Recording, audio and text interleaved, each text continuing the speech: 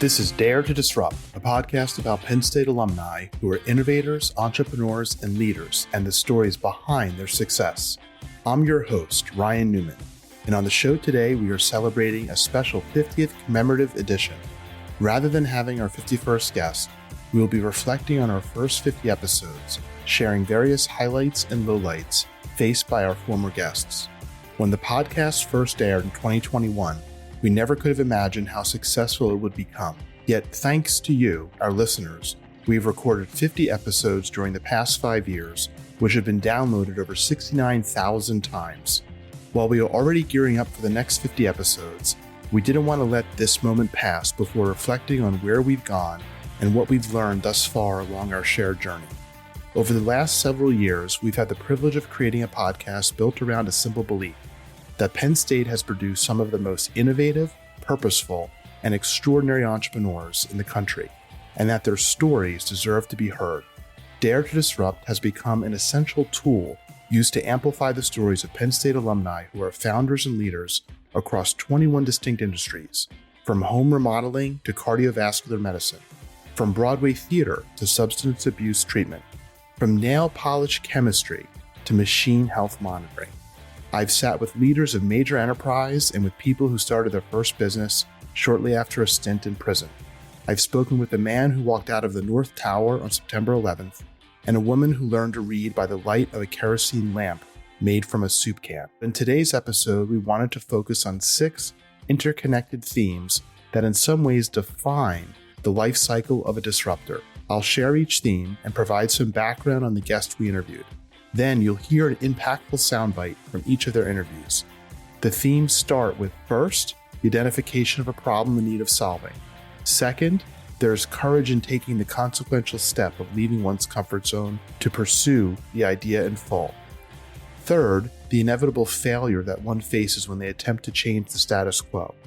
Fourth, the realization that without a supportive community such as Penn State, much of what has occurred may not have been possible. Fifth, are the odds that one had to overcome, sometimes at the hand of extreme poverty, predicament more common among those who attend a land-grant university. And sixth, a concept that may have less to do with entrepreneurship, but everything to do with our shared humanity, highlighting those who have literally faced death along their journey. The purpose of this episode is not to do a deep dive into any one theme or guest, but rather to glide across the surface, taking in the view from above. If you leave this episode wanting more, thankfully, you can listen to any founder's individual story, all thoughtfully cataloged, chronologically on the Dare to Disrupt website, Apple Podcasts, Spotify, and YouTube. These 6 themes are not a checklist, and they are certainly not a syllabus. Rather, they are a portrait of what entrepreneurship looks like from the inside, not the polished LinkedIn version, but the version that is honest about where the drive comes from, what it costs, and what it ultimately means. That is the story we want to tell today. So let's get started. Theme number 1, identify a problem in need of solving. Reflecting on this initial theme of identifying a problem in need of solving, what I've often asked myself is what came first in the mind of these entrepreneurs, the problem or the drive to fix it? My conclusion after 50 interviews is that these individuals were mostly driven to make a change and have impact first, after which time the problem they set out to solve revealed itself to them. As we will see later, sometimes that drive was the result of challenges they faced in their youth. BJ Wurzin, founder and CEO of West Shore Home, one of the largest direct-to-consumer home remodelers in the country, with over 38 locations and revenues exceeding $750 million at the time of our recording. You may recognize the company and founder as acquirers of the naming rights for Penn State's football field, which is now known as West Shore Home Field at Beaver Stadium. BJ grew up in Johnstown, Pennsylvania, in a family window and door business, the last industry he ever intended to enter. Started to formulate this concept of this home remodeling experience is not a great one. Contractors end up being not reliable. They don't return phone calls. There's not a whole lot of transparency into the pricing. They start a project and maybe they show up one day and maybe they don't show up the next, and it always ends up going over time. It always ends up going over budget. But I thought, well, what if I could develop a home remodeling company that could provide this fast, easy, convenient experience for homeowners where it's minimal disruption to their life? Mario Ciabera, founder and CEO of Commemorative, a digital analytics platform now used by over 45% of the world's internet users to make company websites easier to manage and navigate. Commemorative provides real-time feedback to companies, allowing them to improve the experience their customers may have when navigating the websites to complete everyday transactions, such as booking a flight or completing a banking transaction. Mario grew up outside of Philadelphia, the youngest of 6 kids with immigrant parents, and built his company from Colorado after Penn State. He also served as my initial inspiration for the idea behind the podcast. On digital, it's really hard to see where people are hitting friction points. Imagine someone comes to your website and you can understand them like you would in a physical store. So you can observe them, they can't reach the product that's on the top shelf, and so you get a ladder out and you pull the top shelf product out and you give it to the customer. How do we handle the problem that we've now removed this physical understanding and interaction, and we've added a massive scale to it? And I said, hey, I think we can do that, and I think we can do it even better. Theme number 2, having the courage to leave. Reflecting on the second theme of having the courage to leave, we find many instances of individuals who have an idea or problem they want to solve, but find the greatest challenge to be taking that leap of faith to actually start something new. For this reason, when interviewing guests, we always try to hone in on that pivotal moment when the entrepreneur executed on their vision and burned the boats, as Hernan Cortez famously did upon landing in Mexico to conquer the Aztec Empire in the 1500s, signaling to his troops that from this point forward, there was no turning back. Sean Griffey and Ryan Williamson, co-founders of Industry Drive, a digital media company acquired by Informa in 2022 after growing to over 14 million North American users. Before Industry Drive, Sean and Ryan worked together at another company. Sean was Ryan's boss. Ryan liked working for Sean until one day, Ryan tried to quit. Here's Sean's side of the story. Ryan came to me one day and resigned and was going to go take a job somewhere else. And he was the revenue sales guy, right? But I realized Ryan is the best person I work with day in and day out. I need to put on my sales shoes right now. And I convinced him that actually I was thinking that we would start something. So instead of him going somewhere else and being part of a founding team, I said, why don't we do it together? And now for Ryan's side of the story. I loved working for Sean. I loved working at Fierce Markets, but it had been 6 or 7 years there and I had been promoted and I didn't really see a higher level I could go. And as we said, we're owned by private equity, so it's not like they're handing over pieces of the business to employees. And I wanted to go into an office and make a bet on myself. And that was kind of the reason that happened. That said, I like taking risks, bet on myself. And this was even a bigger risk. And Sean was a much more known quantity, and I thought we could do it. Matt Berzina, Penn State's first prominent entrepreneur in residence, co-founder of Zobni, which attracted Microsoft as a potential acquirer, and later co-founder of Sincerely. Matt dropped out of a PhD program at Maryland to start his first company with a near stranger he met on Craigslist looking for roommates. Matt, rightfully so, was also Dare to Disrupt's first podcast guest, as no one has arguably done more to support entrepreneurship at Penn State than Matt. I found out that academic path to a PhD wasn't the best path to starting a company. And most of the people that were there in my program with me weren't entrepreneurs. And so I kind of felt different. And I eventually dropped out to start my first company.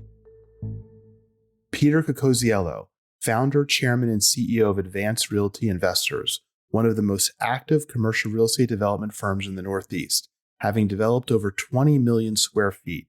Peter grew up in a coal mining town in southwestern Pennsylvania on public assistance and built his way into banking before a chance conversation changed everything. The building was under construction and the footings were not placed properly. They started building the foundation walls on top of it, got the news that we had to tear everything out. So he looked at me and said, look, you're about ready to leave your job. Why don't you come and build this building? So I thought about it probably for 30 seconds and said, I'm in. Theme 3, learning from failures. Learning from one's failure is something that we observe at various points in the entrepreneur's life cycle. Usually, the founder will have experienced some type of hardship in their youth, which required immense effort and skill to overcome. Lessons learned early often serve as the foundation for how the entrepreneurs punch through the challenges they encounter when starting or growing a business. Given the exceedingly high failure rate of new ventures, without great resilience and adaptability, most founders will find themselves closing the doors on their dreams before too long. Susan Robinson, in addition to serving as president of the Penn State Alumni Association, Susan is a speaker, consultant, and leadership expert whose TED Talk, quote, "How I Fail at Being Disabled," end quote, has over 1.5 million views. Susan graduated from Penn State in 1994 with a degree in health policy and administration and has spent 25 years working with Fortune 500 companies, leading universities, and the United Nations. She grew up in a small town in northeastern Pennsylvania, wanting to be an orthopedic surgeon. I was diagnosed with what's called Stargardt's disease, or the adolescent onset of macular degeneration. And my retina specialist at the time of diagnosis said, you're going to have to think about a career because you can't be like a fighter pilot. And I was thinking, not a problem. Wasn't really thinking on that one anyway, so no harm, no foul. And then I said, I can't be an orthopedic surgeon, right? And he said, no, you can't be an orthopedic surgeon. I just sort of sat back as any, committed, ambitious Penn Stater at the age of 19 would say. And I said, if I can't operate in a hospital, I'll just operate the entire hospital. Doug Wilbur, CEO of Denim Social, a social media management platform for regulated industries. A former Penn State cross-country and track athlete, Doug brought the same discipline of a three-sport collegiate athlete into his entrepreneurial life. There's a perception that growth is sort of linear, that it kind of continues to tick up a little bit at a time, right? Up and to the right. The reality is it's like up and down. Sometimes you go backwards. Like the line is much more squiggly than straight. And, running a startup is very emotionally exhausting. If you can stay anchored to your true north of like what you're trying to accomplish, then you can ride your way through those ups and downs each and every day.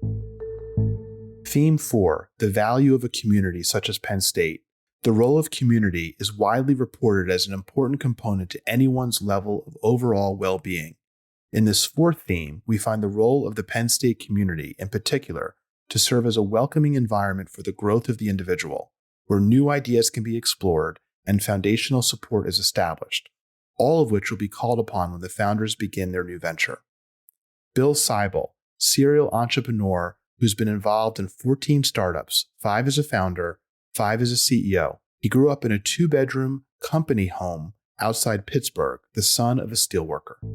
But I think the difference at Penn State is that it's there after you leave. It never leaves. That we are feeling stays with you forever. It pervades the entire state. I remember once at a football game, I was invited to a tailgate. Guy I didn't know. I came there and he had a mobile home, the biggest I've ever seen. It took 8 parking spaces. I said, "What do you use it for?" And he said, "I just use it to come to football games." And I said, "Well, how many do you come to?" And he said, "Oh, I've come to every home and away game and every bowl game for the last 35 years.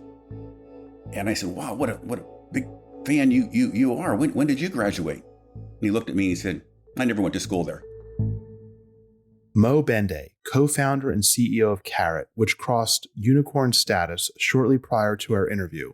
After Penn State, Mo went on to earn a Gates Cambridge scholarship, worked on the Xbox at Microsoft, and built one of the most innovative hiring platforms in the world. When I applied to colleges, I did all the, I guess, what you would claim to be the right things in high school, right? And I applied to 13 colleges, and Penn State was the only one that took me, right? So I got 12 thin envelopes, one by one. I remember this is back, by the way, when we used to still receive envelopes and mail on where you went to college and not emails. And I just remember my dad kind of really coaching me and saying, doesn't matter, right? All it takes is one, was his philosophy to me, that it only takes one partner, one institution, one school to change your life. It's honestly still the hallmark of my leadership philosophy today. You just need one yes. And Penn State for me, Ryan, it was that yes. And so I entered Penn State, I think both with a fire in the belly, because I think my dad had really coached me on, okay, great. So you got into this amazing institution. What are you now going to do with that? But also with gratitude, because I think Penn State gave me a shot. Theme 5, starting with nothing. While perhaps not unique to Penn State alumni, we do find that many of our guests on the podcast have stories of great hardship and limited means during their youth, which often contributed to their drive to succeed later in life. This fifth theme of starting with nothing is far from an overstatement when you reflect on the path of guests such as those like Vivian Valenti, founder and president of VB Cosmetics, creator of Dazzle Dry nail polish, holder of 9 patents. Vivian recently returned to State College to launch 3 Penn State-themed Dazzle Dry colors. Vivian earned her PhD in organic chemistry at Penn State. So I was born in the Philippines in a one-room hut with a thatched roof, no running water, no electricity. Our only source of light at night was a kerosene lamp, which is, if you could picture a can of soup, an empty can of soup with a hole on the top, where we fill it with kerosene and then insert a piece of rag to serve as the wick. That was our source of light at night. And so at 4 years old was when I learned how to write my name with that light and started reading using that light.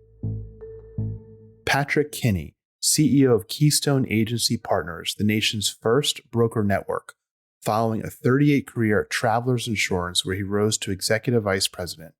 Patrick grew up in Kensington, one of the toughest neighborhoods in North Philadelphia, the first in his family to go to college. Got a call from Travelers June 29th, 1983, asking me if I could be in Hartford, Connecticut the next day, and if I could, they would interview me. They did not offer me any means to get there. I had no car. I still didn't know how to drive. I went over to see my father, who's a disabled Philadelphia police officer at the time, now working as a bartender. It was 9 o'clock in the morning, and I started telling my dad that I needed a plane ticket or some way to get to Hartford by the next day. And he said, well, hitchhike. I'm like, Dad, I'll never make it. It's 230 miles. I don't think I can do it. And sitting next to me listening to is a family friend, Johnny Hughes, who was a local bookie. And he asked me how much money I needed. And so I called US Air. I'd never been on a plane, never been at the airport. They said $280. He said he would loan me $300. And if I paid it back by the following Thursday, I would only owe him $350. I took the money, didn't have a choice. Went to the airport, took the first flight I'd ever taken. Didn't realize that Hartford was not a metropolitan area. There was no transportation from the airport to the hotel they put me in. It was about a 13-mile hitchhiker walk. I ended up probably walking 80% of it. I got to the hotel where Travelers had put me up, and I ran into another problem. I have no ID. I have no credit card. I have no money. It's 10:30 at night, and they won't let me into the hotel. There's no cell phone or anything at that point where you could call somebody or text them. So it took me about a half an hour, and I talked my way into the hotel with no ID, no credit card. They just said I couldn't eat anything or charge anything. I got up in the morning, and I went around to the Travelers, and the HR lady said to me, I'm really surprised you're here. When I talked to you yesterday, I didn't know if you were going to make it. I'm like, no, I'm here. She started to explain to me that, hey, just want you to know that when you get home, within about 2 or 3 weeks, we'll reimburse you for your flight and send you your money. And I'm like, oh, no, that's not going to work. We went around and around for about 10 minutes in this conference room, me trying to find a nice way to ask her to pay me before I left. Eventually, I couldn't get her there, so I had to tell her. I said, ma'am, when you called me yesterday, did it look like I had any money? And she said, no. I said, well, I borrowed the money from a bookie, and if I don't pay him back by next Thursday, I owe him $350. I didn't have $300 to start, and I clearly don't have $350. Pretty clear that the HR world had never experienced this happening to her, and the woman got up, walked out, and left me in the conference room. And I started looking around like any good kid from Kensington in the hood and tried to figure out what I could steal that was worth $300 because I clearly wasn't getting the job. She came back 10 minutes later, and sometimes in your life, Providence, something steps in, rewards you for doing something that 99% of the world wouldn't have tried. Guy comes in, and it's a man with her. I thought he was security. I'm like, oh shit, they're going to throw me out. And his name was Bill Bannon. Luckily for me, Bill Bannon's from Albany. So he said to me, son, Jeanette has told me this crazy story that you borrowed the money from a hooky, hitchhiked here in the airport. And I'm like, yep, that's correct. He said, where are you from? And I said, well, I'm from Philadelphia. I said, no. What part of Philly are you from? And I said, oh, well, I'm from 7th and Allegheny, the Kensington section. The guy looked there and said, yeah, kid's not lying. He borrowed the money from the bookie. Pay him. Garry Gilliam. Garry grew up in poverty so acute that his mother, in an act of desperate love, drove him to the Milton Hershey School at age 8 to provide a level of education he couldn't receive in their impoverished neighborhood.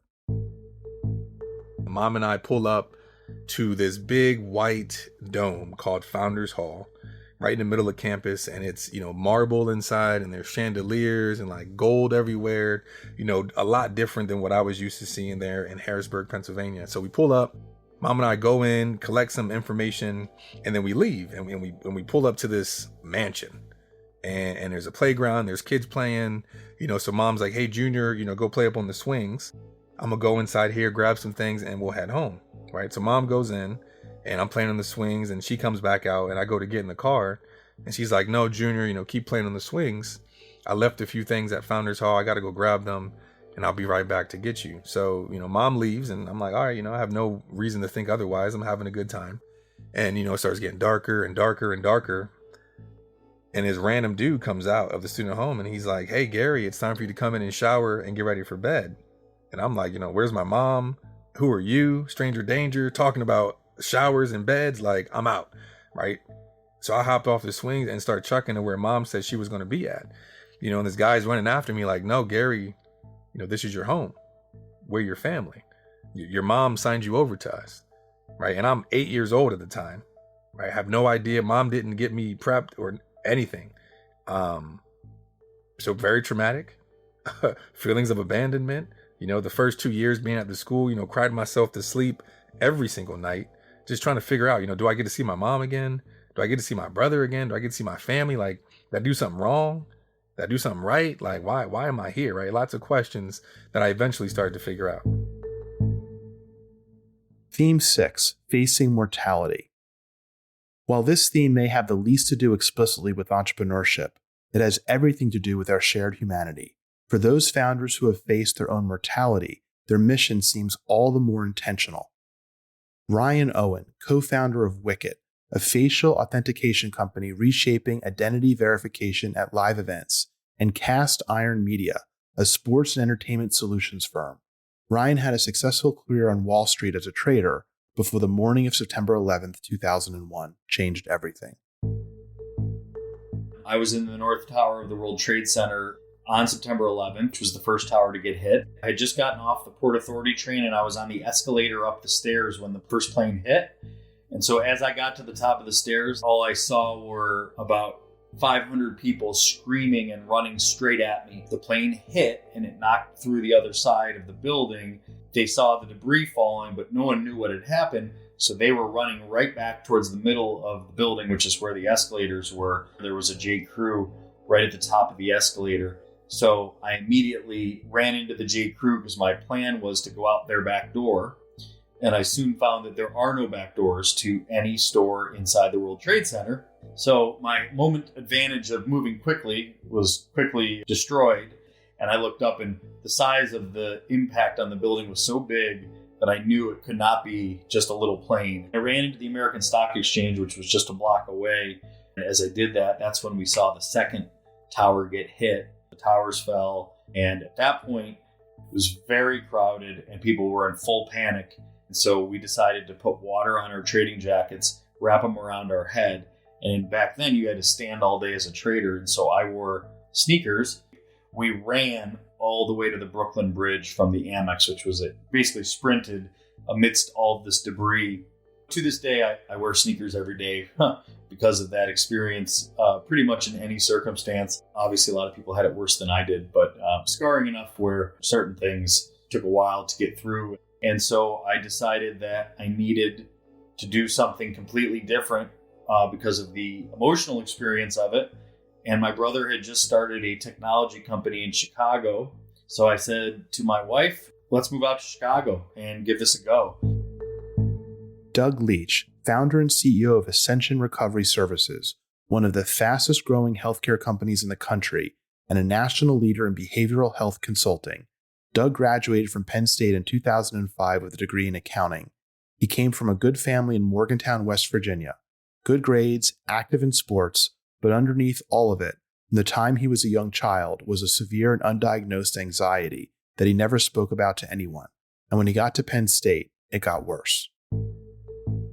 Second semester freshman year, it was getting pretty bad. I was having trouble sleeping. I was constantly anxious, even to the point of having panic attacks in class. I would go sit down in class at Penn State, and it would just rush over me, this fear that I'm not going to be able to get out of this classroom, almost like a claustrophobia type thing. So I'd have to sit by a door in every class that I went to, constantly worrying about things. It got to the point that, if you were in a class and the teacher was going around the room, starting at one side and coming to the other side of the room, and everybody was giving feedback on something, I would just sit there and watch that, kind of weave through the class, and it was getting closer to me and almost black out. And I didn't know what was going on. The one thing that I did know is it wasn't normal, and I did not want to tell anybody. I was so embarrassed to tell people, hey, I go to class and I've got to sit by a door because I might have to get out of there. It's like, I was just afraid, well, if I say that to somebody, they're going to think I'm absolutely insane. I was just treading water in the middle of the ocean, so I was pretty unhappy, but I just kept going through the motions. After graduation, Doug went to Ernst & Young. He transitioned from alcohol to opioids as it relieved his anxiety, but he was still able to function until the collapse. So at this point, in 2010, I was thinking about suicide almost daily. I just looked at my life and thought I was a good kid, good person. So I thought, now I'm believing that I'm not a good person. I've hurt so many different people, family, people worried about me. I'm failing at jobs. I just felt like a total and complete failure. I would have killed myself if not for my family. I just thought, I can't do this to them. They still seem to love me. I don't know why. If not for them, I'm sure that I would have done it. Eventually, I got arrested, and the arrest is truly what saved my life. Norm Potter, co-founder of Allegiance Transportation and Griswold Home Care, and former head of wealth management at BB&T. In the spring of 2021, Norm was diagnosed with stage 4 colon cancer that had spread to his liver. He was given 2 years to live. He has since had 13 operations and over 2,200 hours of chemotherapy. Rather than sit in my infusion chair, I would just grab my pole with my chemo on it, and I'd walk around. We have 30 nurses. I'd go meet them. I'd talk to patients, and my nurses have become family to me. So when I said, can I do this as a volunteer? They looked at me and said, well, yes. And so I get to spend, shifts up there where I have 90 patients. They can't go anywhere because they're in their chairs getting chemo. And I go around and I talk to them. And it might be all they need is a blanket or a drink, or they need to have a deep spiritual conversation about death because maybe they're close to that. I've had 4 of my patients die in the last month that, I was very close with, but helping them through very difficult times. It's just been highly rewarding to me. It's where I know I'm supposed to be. I never thought that would be the case, but it's where I know I'm supposed to be. Hopefully, you found value in the anecdotes shared across these 6 themes of identifying a problem in need of solving, having the courage to leave, learning from failures, the value of a supportive Penn State community, starting with nothing, and facing mortality. For me personally, I've used these stories to encourage others in my own life.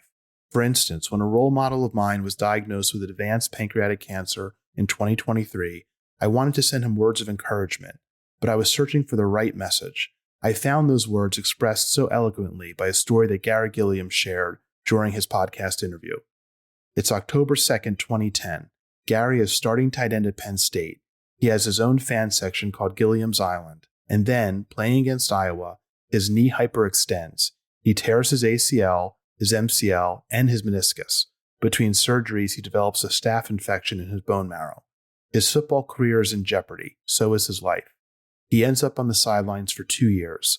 5 surgeries later, on strong pharmaceuticals for the pain, his grades begin to slip. He stops going to class. He starts to wonder whether any of it was worth it.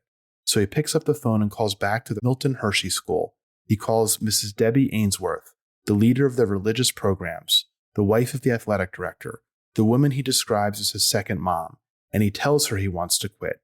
He doesn't want to do this anymore. He said God gives the hardest battles to the strongest soldiers. And what you're currently going through has nothing to do with you. It'll be a testimony, though, for the soldiers you lead one day. So have faith in that.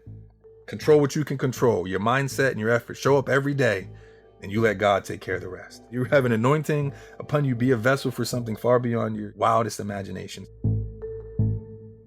He didn't quit. He came back, changed positions his final year, gained 40 pounds in 2 months, made the NFL, and eventually walked away from the NFL with a Super Bowl ring to build the Bridge Eco Village, to answer in the most concrete possible way the question he cried in the dark at age 8, why am I here? Now he knows. While I was unsure how religious my role model may have been, in that moment I felt anyone would find solace in Garry's words of encouragement. One final thought to leave you with today. We are hearing so much about the advent of artificial intelligence and the level of displacement it may cause. While it's true the tools we have in our hands today are more advanced than any time in history, in my case, using AI to scan through the 427,000 words which appear in these 50 podcast transcripts and pulling out the most appropriate direct quotes from the text verbatim was immensely helpful in supporting the story we wish to share here today. Yet, I'm reminded of the groundbreaking work by Angus Fletcher. Angus holds a PhD in literature from Yale and is currently a professor in the Department of English at Ohio State. He recently published a book entitled Primal Intelligence, You Are Smarter Than You Know, which posits that human intelligence is often misunderstood, focusing too much on logic and data while overlooking powerful innate ability to use intuition, imagination, emotion, and common sense. It is only in our ability to improve creativity, adaptability, and problem solving, according to Fletcher, all expressed via storytelling, that humans will have an edge over AI. He goes on to state that we are so busy teaching humans how to think like computers, putting an emphasis on one's ability to process data and solve problems with logic, that we are inadvertently de-emphasizing one's story to do precisely that which computers cannot, to speak and think in story.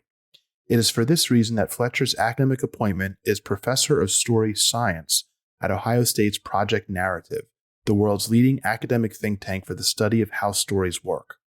Thus, to the extent we are seeking ways to differentiate, add value, or make a difference, perhaps the answer lies in the stories we choose to tell. And for those of us in a position to educate the next generation, it's incumbent upon us to develop the storytelling skills of our future leaders. I used to think raconteur was just a funny-sounding SAT word, but perhaps it holds the secret skill to that which we should all aspire. I hope the lessons and anecdotes of a remarkable collection of 50 Penn State alumni disruptors that I've shared here today only reinforces your belief in the power of storytelling. That was a special 50th commemorative edition of Dare to Disrupt. This episode was produced and edited by our executive producer, Katie DiFiore. And another word on Katie. While her voice may not be the one you hear from directly each month, I would not be able to do this podcast without her incredible support and effort on all things behind the scenes. So on behalf of not only me, but all the listeners and guests who have benefited from her efforts over the past 5 years, thank you, Katie. Now, if you're listening on Apple Podcasts and enjoy this episode, please consider leaving us a rating and review. It helps more people discover the show. We'd also love for you to share this episode with one person who might be inspired by the various stories shared today. Make sure to follow Dare to Disrupt on your favorite podcast app so you never miss an episode. Thanks for listening. On to the next 50.